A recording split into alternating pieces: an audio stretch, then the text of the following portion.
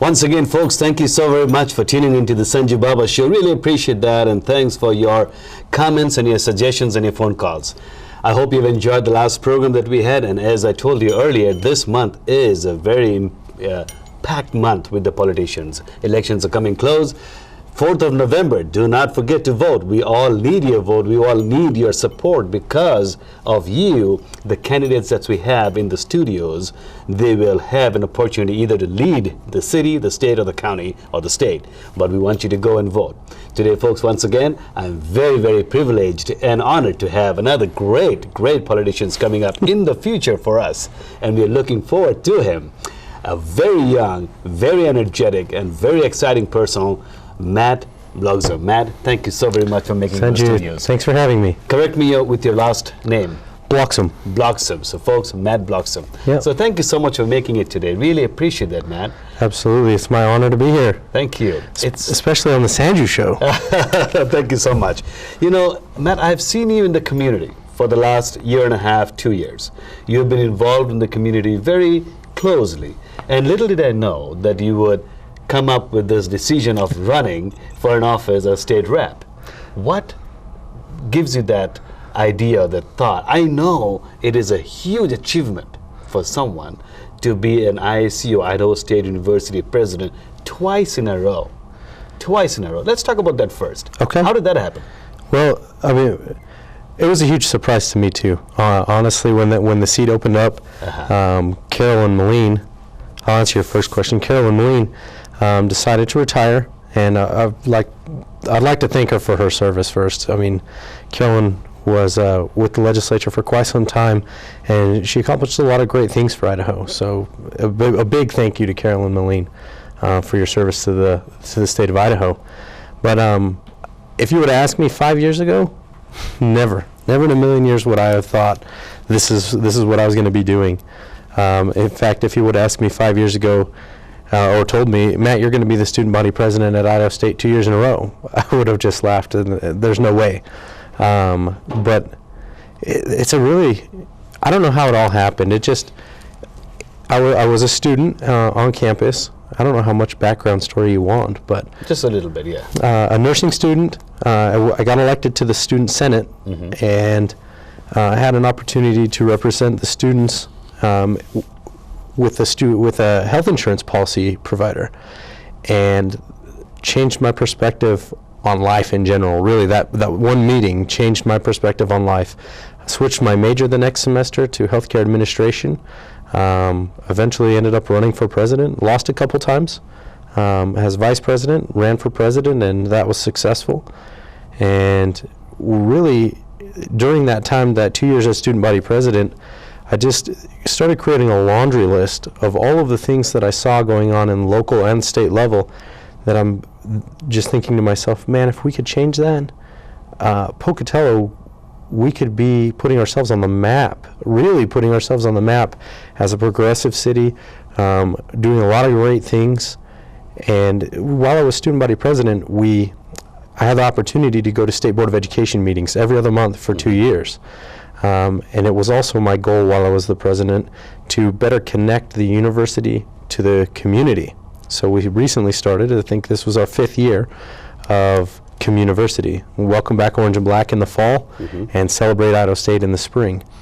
And what a tremendous effort that was, working with some fantastic individuals to pull the community and the university together, because we really are a communiversity, I think, here in Pocatello. What have you done, Matt? One thing in the very first year as a student body president that drove you to continue the second year?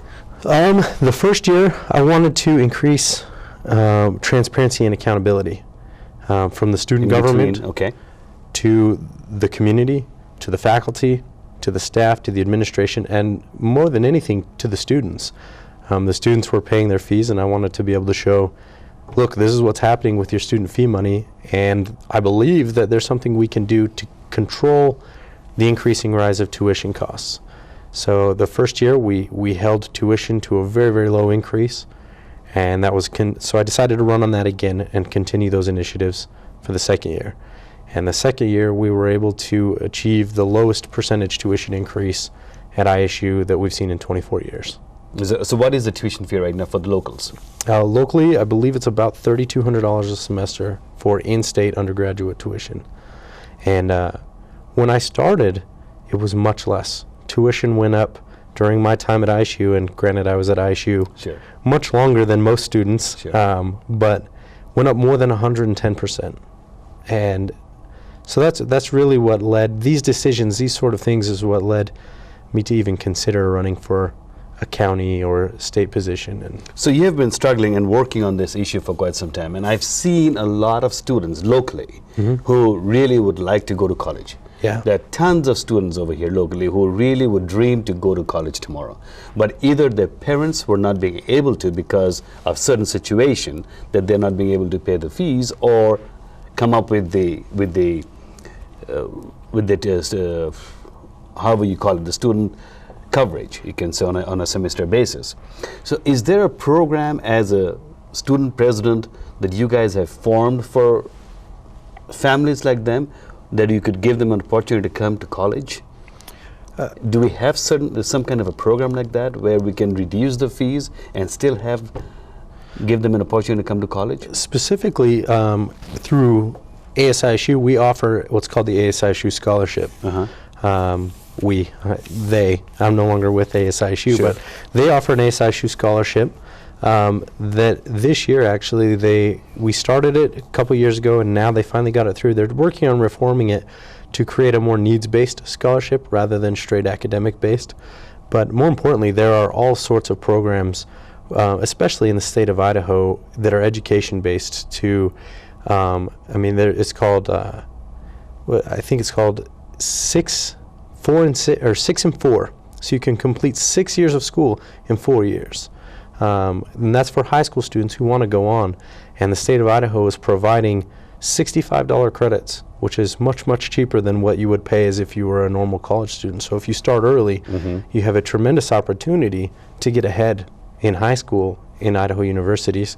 And then there are other programs. This is actually a federal program. It's called TRIO, and it's for first-generation college students or students who come from low socioeconomic socioeconomic standing.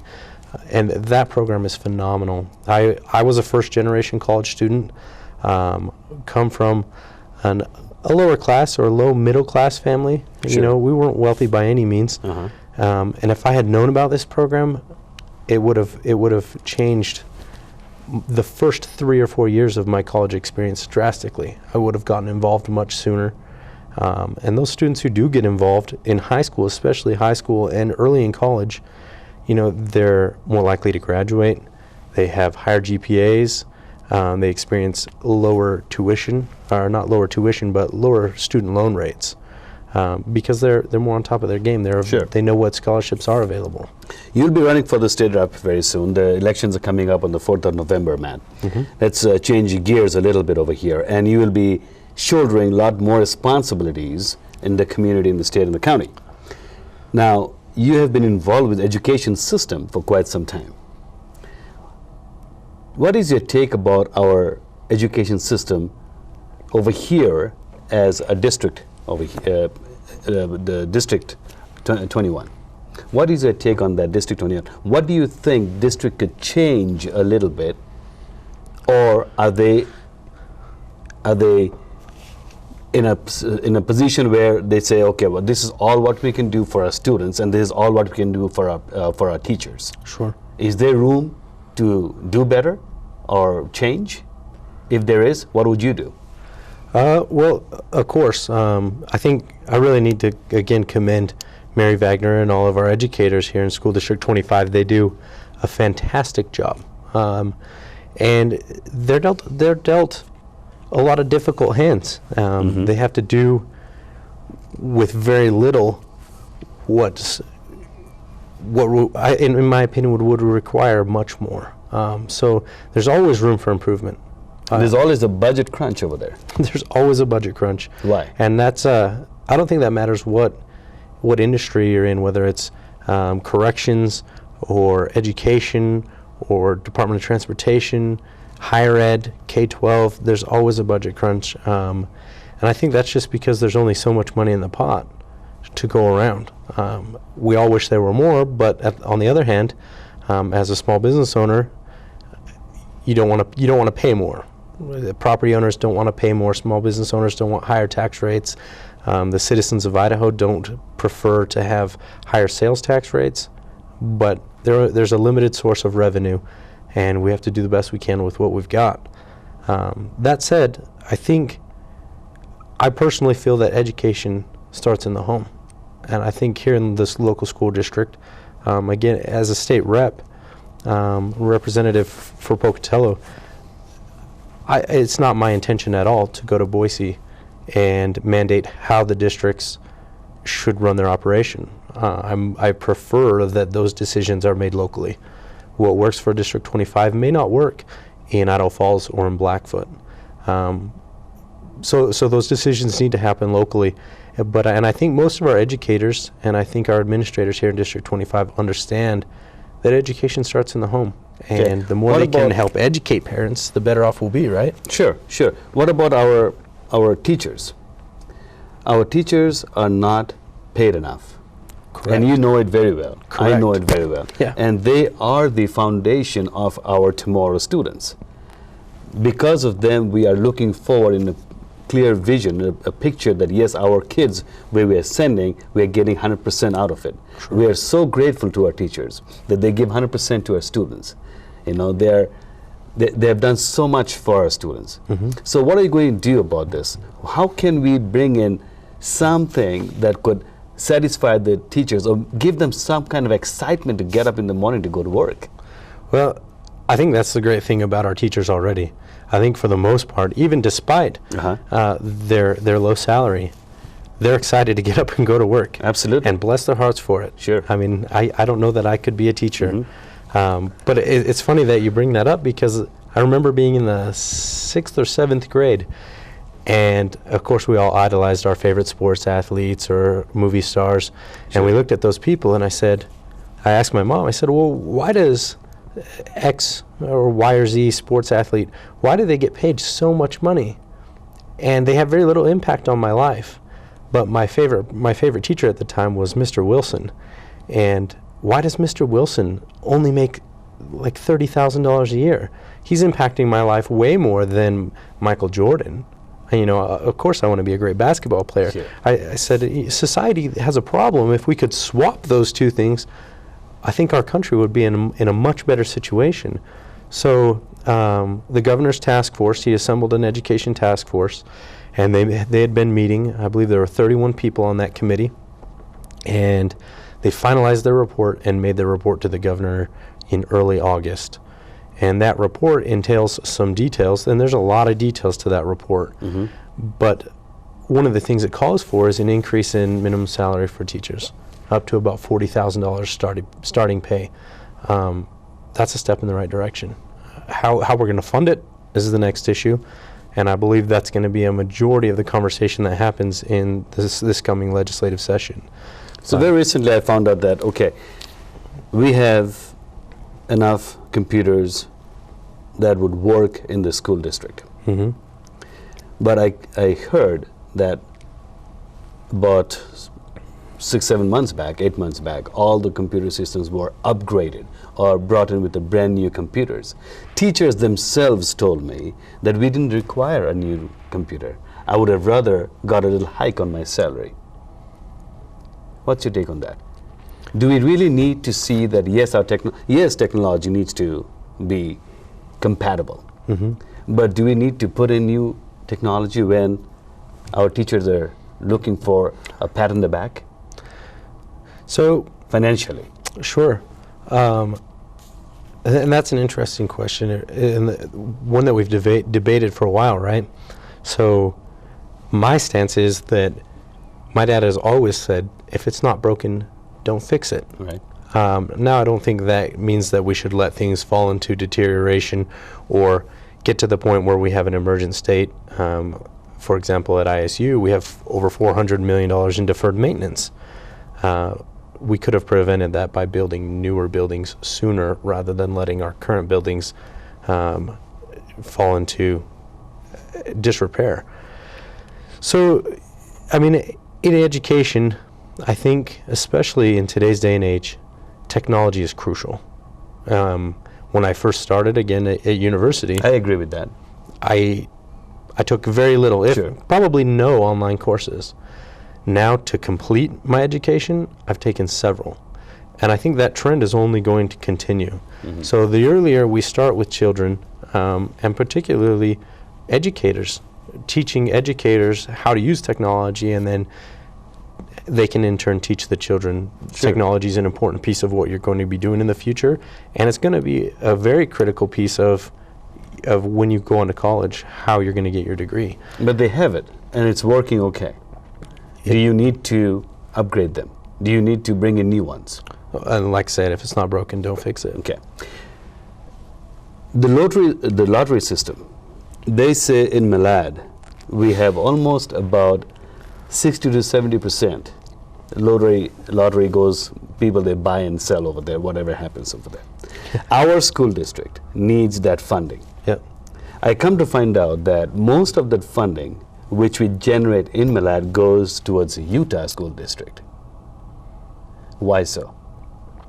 I honestly do not know whether or not that is true, but if it is, that needs to be fixed. It absolutely needs to be fixed. If those lottery tickets are being sold in Idaho, that money needs to stay in Idaho, no question. So yeah, this was surprising to me when I spoke to a gentleman about 2 weeks back, and I was thinking about these interviews, and I was trying to find out all sorts of ways that we can find out how we can fund, because funding has been such a crucial problem and concern in District 25. It bothers me every time. Sure. Because any time you talk to the president and the superintendent, the first and foremost thing comes up is no funding. Right. Okay. We need more money. We need more. Everybody needs money, but we have to somehow also, I think, Matt, we are lacking somewhere something. There's a hole somewhere, some place that needs to be fixed, which I don't know, so that we can at least have a little smoother run of district. Sure, and it didn't become apparent to me that what you're saying is absolutely true until the second term as student body president, and that's when I discovered that the remediation rates, and then through the course of those things, sitting on the community committee locally, we offered a scholarship there as well. Our students, they desperately need help with their writing skills. Writing essays for scholarships, there's a huge gap, and about 30 to 40% of our students at ISU need remedial work in the math, science, and English departments. And how do we fix that? I think it needs to start early, really early. Students need to be prepared for kindergarten and first grade before they get to kindergarten or first grade. Sure. They need to know how to read, know their alphabet. I was very fortunate that way to have great parents who were teaching me those things. Our students from Idaho State University, Matt, you have gone to Idaho State and you have graduated from there and you decided to stay in Pocatello. There is at least 55 to 58% who leaves. You're telling me. Either the state for better opportunities or drop off school and school. Why are we leaving? One major concern is jobs. Jobs. What is Matt going to do about it? Well, again, you're absolutely right. So that's one of the reasons, another reason why I decided to run. Over the years, I've had friends graduate, and as much as I wish they would stay here, they're gone. They head to Salt Lake, or they head to Boise, or they just leave the state altogether. And it's always in search of a job. It's a valid concern. It's one of my major concerns. I'll be done with a master's degree in business this December, and I'm not sure that I'll be able to find a job locally, especially here in Pocatello in southeast Idaho. So I think we need to work with groups like Bannock Development, work with groups similar to Bannock Development in Bonneville County, and find ways to keep the good jobs that are here, and find other ways to bring more of those jobs in. Idaho has a tremendous number of minimum wage jobs. those jobs aren't too appealing to people who have gone to school for 4, 6, 8 years at ISU or other universities to come settle in Pocatello. You know, interesting enough that you brought Bonneville County. Bonneville County is definitely doing so much better. I've lived over there for 5 years before I migrated to Bennett County. And if I compare, it's a day and night. But if you really understand, this is so much more of a family tied up oriented city, Pocatello. Bennett County is. Pocatello is So fantastic. how come are we driving businesses out of here? Why are we closing? Sears is closing. Heinz closed. FMCA closed. You know, all these big companies who could employ at least about 50 to 100 of our unemployed people over here in town. What is our next? What is it that we are lacking of bringing businesses in town? You know, Bennett County, I don't know if are they serious enough looking into bringing new businesses? What is the? I think they're absolutely serious. I think we have two real struggles in Pocatello and Bannock County.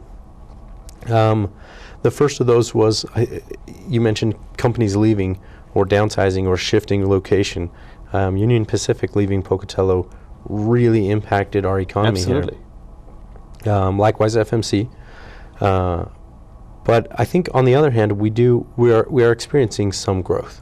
So we have Allstate coming in. That was fantastic. I can't say enough about Idaho Central Credit Union and their decision to locate their headquarters for the whole state here in Bannock County. That's fantastic. But I think it starts with marketing our city in the proper way.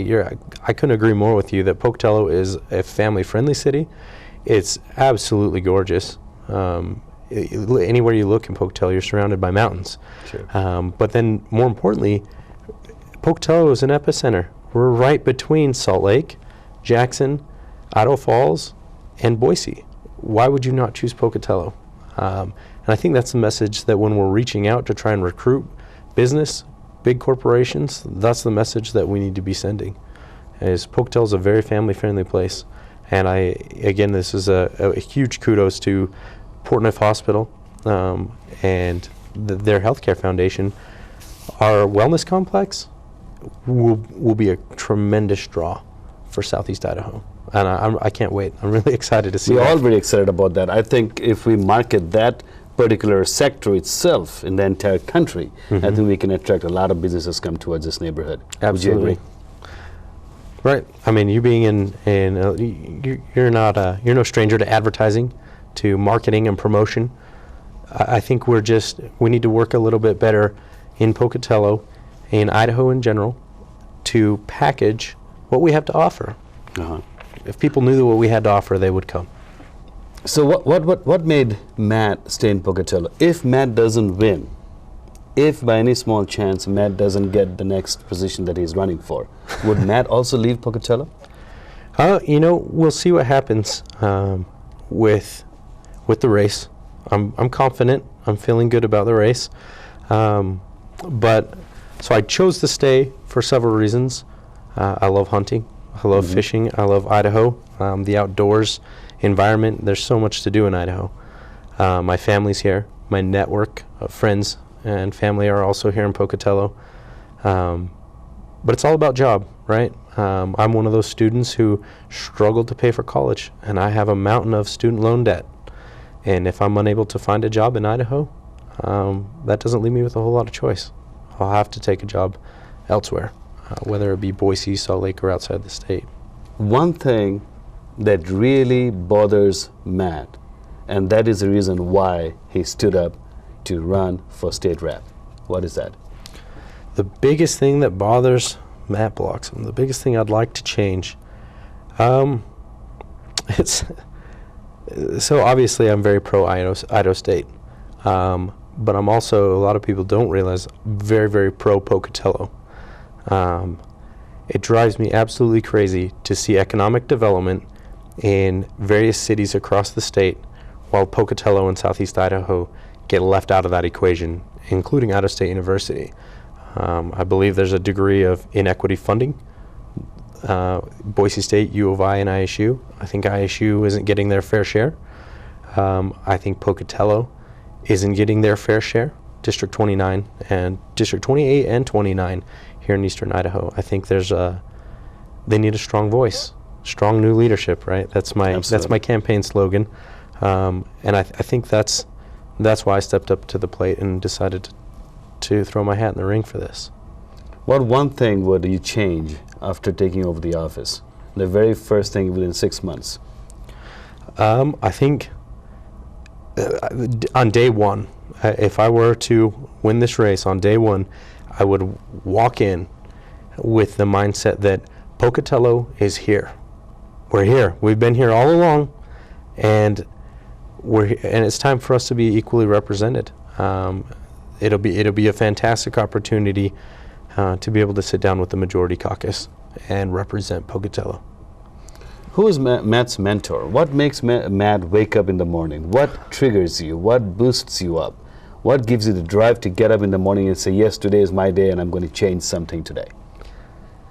You know, that's a difficult question.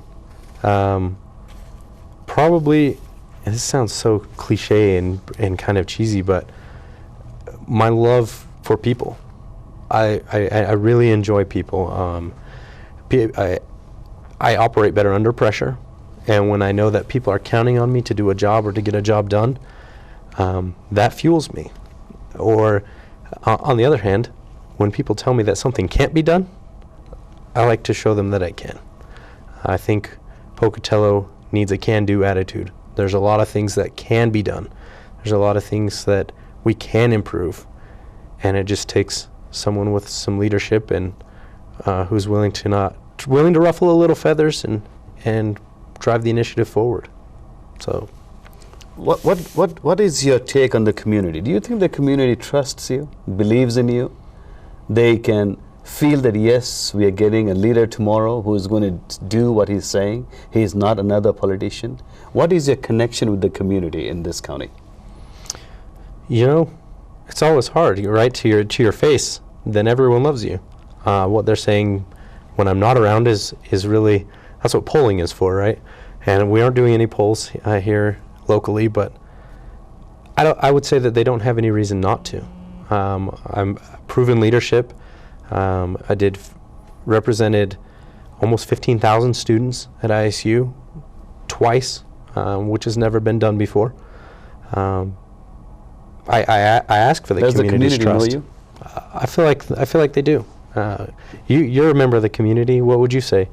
You probably hear what people are saying more than I do. All right. So Matt, in 60 seconds, tell us why we should vote for Matt. 60 seconds. You should vote for Matt Bloxham. You should vote for me because I'm the voice that Pocatello needs. I'm the voice that Pocatello deserves. I have the energy to go in and get work done. Again, the concept is strong new leadership. We're tired of the status quo, and I'm not the status quo. I'm ready to go in and get work done. You've got a brand new opponent against you, Mark Nye. Mm-hmm. How fearful are you to run against him? He has got a pretty good standing in the community. Mark is well known in the community, and he's a great guy. I don't have anything negative whatsoever to say about Mark. Mark and I both sat on the president's cabinet, and I can't say that I don't have anything to fear. I have everything to gain, and I think Pocatello has everything to gain in electing me. And I wish him the best. Best of luck to both of us, right? Absolutely. Well, best of luck to Matt from all of us over here from Channel 12, from Sanju and the community. Thank you so very much, folks, for listening to our program this morning. A very challenging guy, a young guy, very enthusiastic, very energetic. Matt for you, folks, coming up this November 4th. Make sure we all go and vote. Thank you very much, Matt, for being in our studio. Thank you, Sanju. I appreciate it.